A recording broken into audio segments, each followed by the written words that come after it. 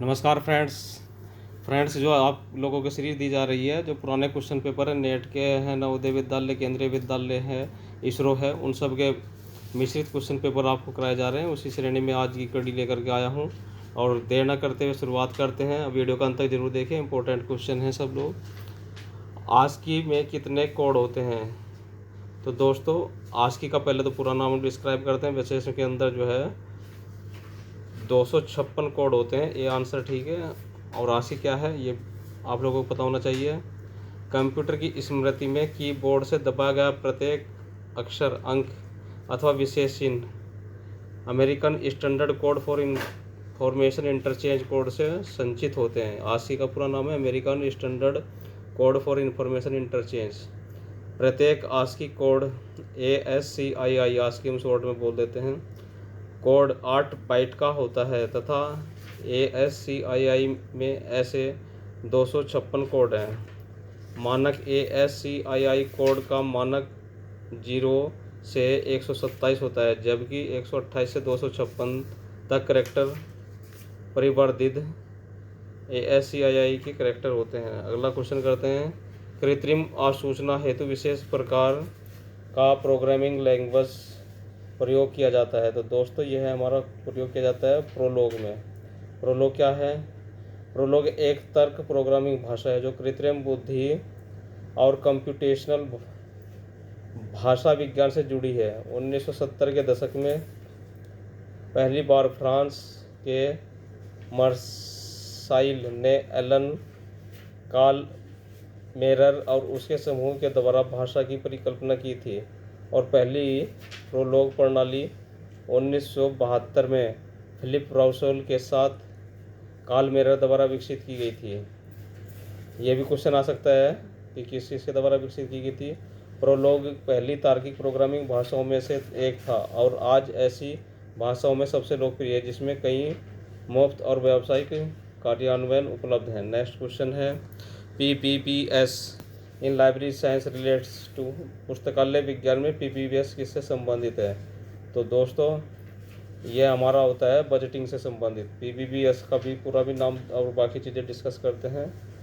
PPPS का पूरा नाम है प्रोग्रामिंग परफॉर्मेंस बजटिंग सिस्टम। अब देखते हैं बजट निर्माण की यह विधि सर्वप्रथम USDOD, US department of defence द्वारा 1961 द्वारा विकसित की गई थी। इस विधि को दो मूल तत्व बजट निर्माण और प्रणाली विश्लेषण है। इस विधि को प्रोग्रामिंग बजटिंग तथा परफॉर्मेंस बजटिंग भी कहते हैं। दोनों ही विशेषताओं को इसमें सम्मिलित करके बनाया गया है।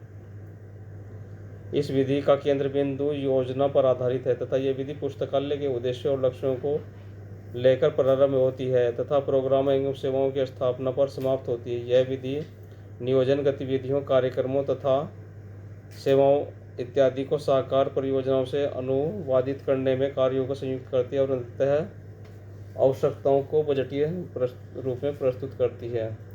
नेक्स्ट क्वेश्चन है हमारा, विभिन्न आधार पर जो हमारी वर्गीकरण पद्धतियां हैं उनको इसमें अरेंज करना है। तो दोस्तों, अब इसको हम देखते हैं। ABCD ऑप्शन हम छोड़ देते हैं कि कौन सी पद्धति कब बनी थी, तो उसके हिसाब से ये अरेंजमेंट हो जाएगा, क्योंकि आपको जब तक ईयर कंप्लीट नहीं होंगे तो आप कैसे उसको अरेंज करेंगे। तो वर्गीकरण पद्धति को उनके कालक्रम के अनुसार इस प्रकार रखते हैं। एक्सपेंसिव क्लासिफिकेशन पद्धति 1891 में किसके द्वारा है? ये AC कटर के द्वारा विकसित की गई प्रणाली है। सब्जेक्ट क्लासिफिकेशन JD ब्राउन के द्वारा विकसित प्रणाली है और 1906 में विकसित की गई थी। HE बलिस के द्वारा JD ब्राउन के द्वारा बिब्लियोग्राफी क्लासिफिकेशन 1935 में और HE बलिस के द्वारा BSO बॉर्डर सिस्टम ऑपरेटिंग 1978 में विकसित की गई थी। तो फ्रेंड्स, 3 तरह से क्वेश्चन बनते हैं। ये एक प्रकार देखने से आप लोगों को 3 प्रकार का क्वेश्चन मिलता है। इसके द्वारा कौन सी पद्धति विकसित की गई है तथा कब विकसित की गई है। कई बार पद्धति का नाम पहले पूछ लेते हैं और कई बार विकसित करने वाले का नाम दिया जाता है कि इसने कौन सी पद्धति विकसित की थी। नेक्स्ट क्वेश्चन है, निम्नलिखित ग्रंथ सूचियों को उनके प्रकाशन के अनुसार व्यवस्थित कीजिए। तो Indian national bibliography, British books in print और British national bibliography books in print, ये कोड दिया कि पहले कौन सा सीरियल नंबर आएगा। तो दोस्तों, इसका जो ऑप्शन है वह सी, आंसर सी है। और उनको देखते हैं कि क्या है। ग्रंथ सूचियों के प्रथम प्रकाशन के अनुसार व्यवस्थापन बुक्स इन प्रिंट है किसके द्वारा बनाई गई है? बावकर के द्वारा है। ब्रिटिश इन बुक्स प्रिंट किसके द्वारा है? वाइट टेकर के द्वारा है। ब्रिटिश नेशनल बिब्लियोग्राफी 1950 की और इंडियन नेशनल बिब्लियोग्राफी हमारी 1958 की है। नेक्स्ट क्वेश्चन करते हैं। निम्नलिखित को उनके स्थापना वर्ष के अनुसार व्यवस्थित कीजिए।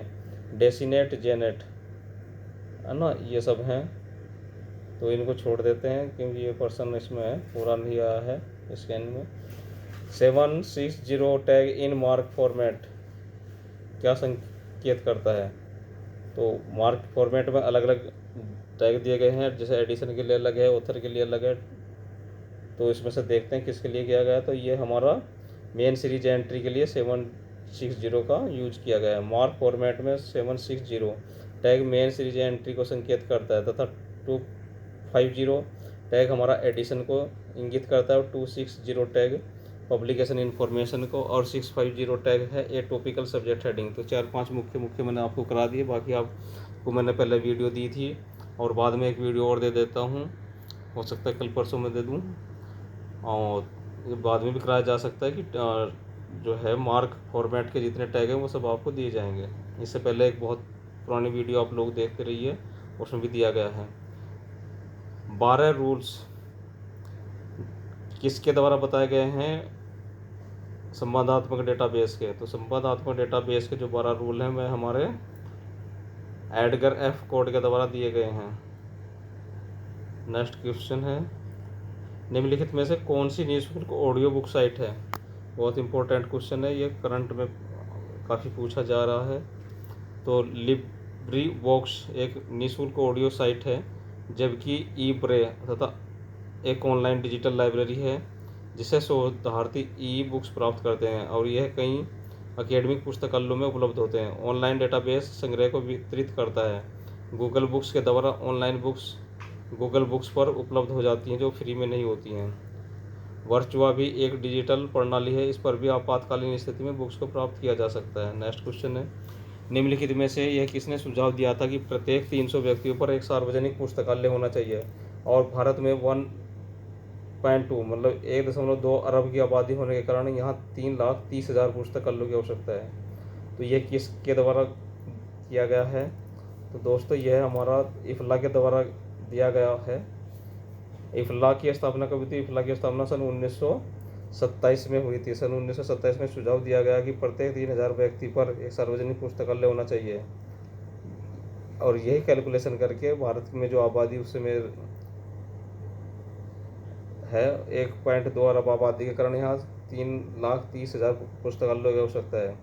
आइसलीग क्या है? तो दोस्तों आइसलीग की स्थापना 1955 में हुई थी और इसका मुख्यालय कहाँ है? हमारा कलकत्ता में है आइसलीग।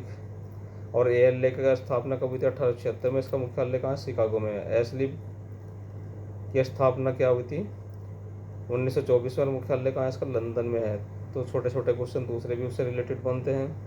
निम्नलिखित में से किसने ग्रामीणों के ज्ञान सशक्तिकरण के लिए 2.3 लाख ग्राम पंचायतों में ग्राम ज्ञान केंद्र VKC की स्थापना की परिकल्पना की थी? ये हमारे डॉक्टर अब्दुल कलाम जी ने की थी। डॉक्टर अब्दुल कलाम ने ग्रामीणों के ज्ञान के सशक्तिकरण के लिए 2.3 लाख पंचायतों में ग्राम केंद्रों की स्थापना की परिकल्पना की थी। डॉक्टर APJ अब्दुल कलाम के द्वारा मिशन 2007 में providing urban facilities in rural area नामक एक मिशन की शुरुआत की गई थी, जिसमें VKC विलेज नॉलेज सेंटर का मुख्य उद्देश्य किसानों तक नई नई सूचना और ज्ञान को पहुंचाना था और कृषि के क्षेत्र में इसकी शुरुआत फसल के उत्पादन तथा मार्केट से संबंधित थी। अब ये क्वेश्चन है हमारा मैचिंग का। तो क्लासिकल स्कूल की विचारधारा किसकी है? हेनरी फ्योल की। थ्योरी एक्स और थ्योरी वाई किसकी है? नेटवर्क चार्जिंग सिस्टम किसका है? तो ये आपको एम्बियो मैगल किसका है? तो ये सब आपको जो है मैच करने वाले क्वेश्चन है। मैचिंग के साथ साथ उनका जो है ऑथर भी पूछा जाता है। तो दोस्तों क्लासिकल स्कूल किसका है? हमारा हेनरी फ्योल का है। थ्योरी एक्स और थ्योरी वाई की जो अवधारणा है वह डगलस मैकग्रेगर की है।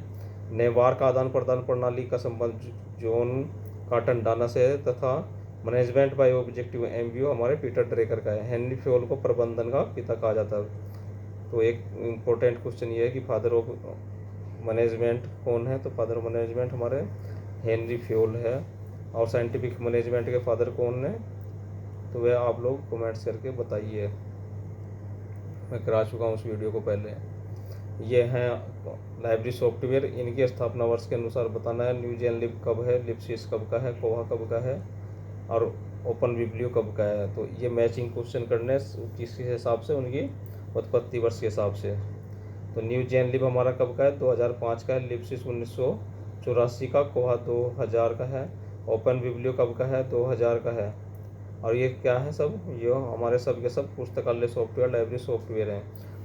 आईडा, AIDA का संबंध मार्केटिंग विपणन संप्रेषण, मार्केटिंग कम्युनिकेशन में किससे संबंधित है। तो ये 4 ऑप्शन दिए गए हैं, तो अब इसको देखते हैं। इसका आंसर है हमारा C। इसका संबंध किससे, ध्यान, रुचि, इच्छा, क्रिया, विपणन संप्रेषण में आइडिया के सही तत्व हैं। ठीक है, शॉर्ट फॉर्म है आइडिया। किस चीज़ का है, S फॉर हमारा क्या है, अटेंशन है, इंटरेस्ट है, D फॉर डिजायर है, A फॉर एक्शन है। ये क्वेश्चन थे। अब निम्नलिखित संग्रहालयों को उनकी स्थापना के अनुसार लिखिए। तो एक एक क्वेश्चन आता है कि नेहरू म्यूजियम लाइब्रेरी कहाँ है, दिल्ली में है, और नेहरू म्यूजियम लाइब्रेरी कब बनी। तो उस तरह से राष्ट्रीय संग्रहालय दिल्ली, इंडियन म्यूजियम कलकत्ता, और राष्ट्रीय गांधी संग्रहालय दिल्ली। तो इनकी स्थापना वर्ष के हिसाब से इनको अरेंजमेंट करना है हमको, ABCD। तो यहाँ स्थापना वर्ष के लिए डिस्कस करते हैं। इंडियन म्यूजियम कलकत्ता कब स्थापित हुई थी, 1961 में हुई थी। राष्ट्रीय संग्रहालय दिल्ली कब हुआ था, 15 अगस्त 1949 को। और राष्ट्रीय गांधी संग्रहालय दिल्ली कब हुआ था, 1961 में। तथा नेहरू मेमोरियल संग्रहालय पुस्तकालय दिल्ली कब हुआ था, 1964 में। ये संग्रहालय जो उनके स्थापना वर्ष के अनुसार व्यवस्थित किया गया है। फ्रेंड्स, आप लोगों के कमेंट्स आजकल बहुत कम आ रहे हैं, तो कमेंट्स करके बताइए कि वीडियो कैसी बन रही है। और अगर चैनल पर नए हैं तो चैनल को लाइक सब्सक्राइब करना न भूलें, तथा बेल आइकन जरूर प्रेस करें ताकि नोटिफिकेशन आपको सही समय पर मिलते रहे। इसका जो PDF है, मैं बार बार बोलता हूँ कि आप मेरे टेलीग्राम सेक्शन से ले सकते हैं, LIS अकेडमी के टेलीग्राम सेक्शन से। और फ्रेंड्स, वीडियो बहुत इंपॉर्टेंट होती है, तो ध्यानपूर्वक बैठिए और कॉपी कलम लेकर हमेशा बैठे ताकि आप लोग नोट कर सकें। अब हम आपको बोलते हैं बाय बाय, नमस्ते।